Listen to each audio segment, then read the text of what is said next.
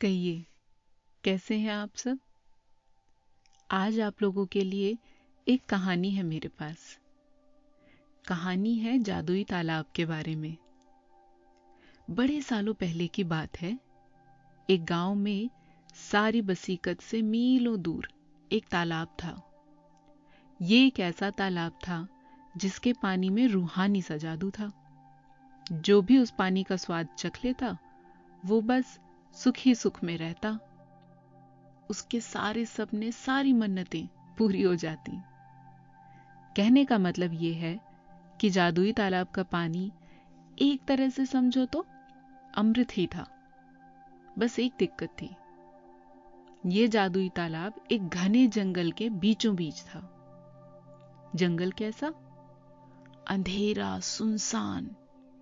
रोशनी की एक छोटी सी किरण भी कहीं से नहीं आ सकती थी इस जंगल में। इतने अंधेरे में समझ ही नहीं आ सकता था कि रास्ता किस तरफ जाता है। रास्ता तो ऐसा था कि था ही नहीं। जंगल से होकर तालाब तक पहुंचने का कोई रास्ता नहीं था। इसलिए जादुई तालाब का पानी आम जनता की पहुंच से दूर था।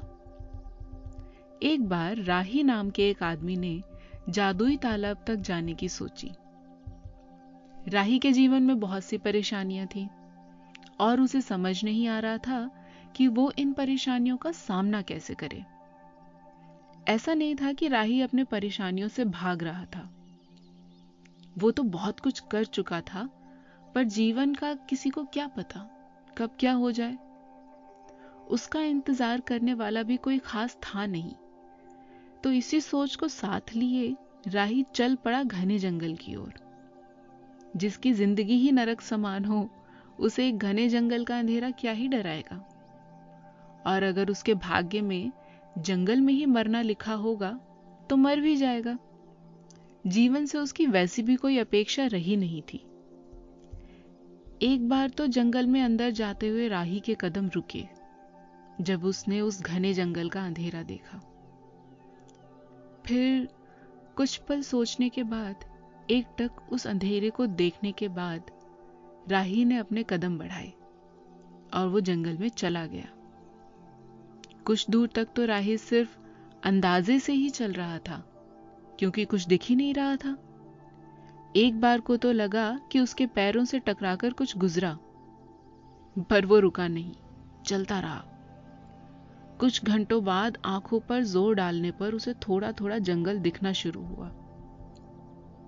उसे क्या दिख रहा था उसे वो समझ भी नहीं पा रहा था, पर वो चलता रहा। घनी कटीली झाड़ियों से गुजरता हुआ राही अपने जख्मों को सहलाता हुआ आगे बढ़ता रहा। एक बार को तो उसे लगा कि उसे वापस चले जाना चाहिए, पर कैसे जाता वापस? उसे तो पता भी नहीं था कि वो कहां से होता हुआ यहां तक आ गया था। ना तो कोई रास्ता था, ना ही कोई पहचान। जंगल को ही अपनी नियति समझ राही आगे बढ़ रहा था। कितने दिनों तक वो उस जंगल में भटकता रहा, उसे कोई अंदाजा नहीं था। कितने दलदल, ऊंची कटीली झाड़ियां वो पार कर चुका था, उसे कुछ भी याद नहीं था। वो कहां सोता था, कब सो जाता था, किसी बात की उसे कोई खबर नहीं थी। वो तो बस चलता जा रहा था। अब तो उसने उम्मीद भी छोड़ दी थी कि वो कभी जादुई तालाब तक पहुंच पाएगा। जंगल में अपने आप को जिंदा रखना ही इतना मुश्किल काम था कि वो जादुई तालाब, उसके पानी के बारे में सुनी सारी बातें भूल चुका था। जो मरने का मन बनाकर जंगल में आया था, वो अब जिंदा रहना चाहता था।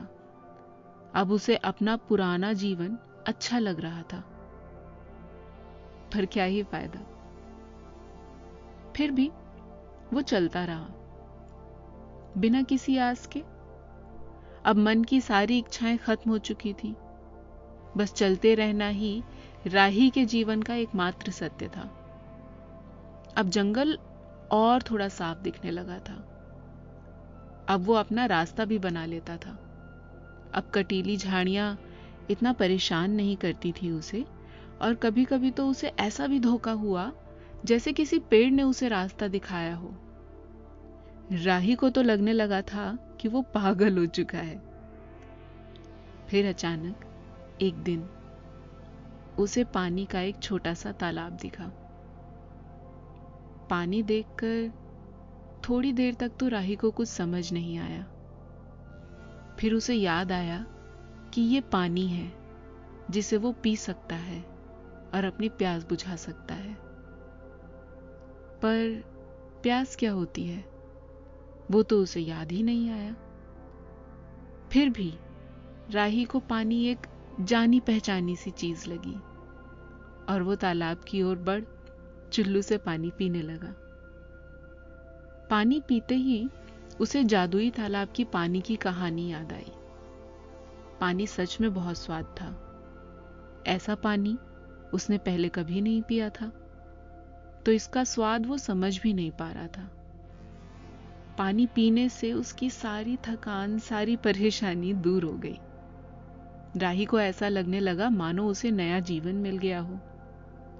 जब राही ने पानी पीकर थोड़ी सांस ली तो उसने देखा वहां 2-4 लोग और भी थे जो तालाब के अलग अलग छोर पर थे। तालाब अब उसे छोटा सा नहीं दिख रहा था। तालाब अब अचानक से बहुत विशाल हो गया था। तालाब के किनारों पर खड़े हर इंसान ने एक दूसरे को देखा, दूर से ही एक दूसरे का अभिवादन किया और सब अपने अपने रास्ते पर वापस चले गए। जंगल से वापसी का रास्ता मुश्किल नहीं था, ना ही अंधेरा था। राही जल्द ही गांव वापस आ गया। गांव के लोग उसे भूल चुके थे। इतने दिनों में राही का हुलिया भी बदल चुका था।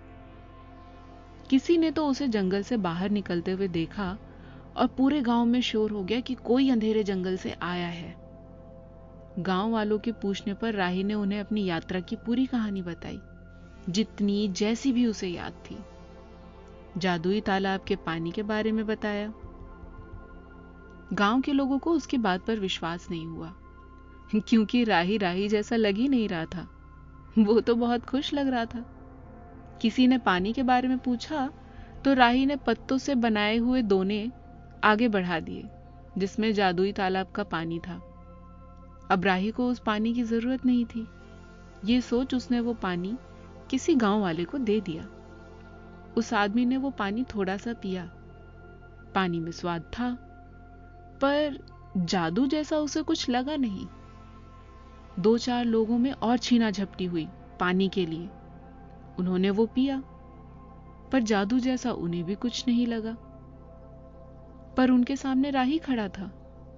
उनके गांव का वो मरियल सा लड़का अभी मानो किसी दिव्य पुरुष सा लग रहा था। तो पानी में जादू ना हो ऐसा कैसे हो सकता है?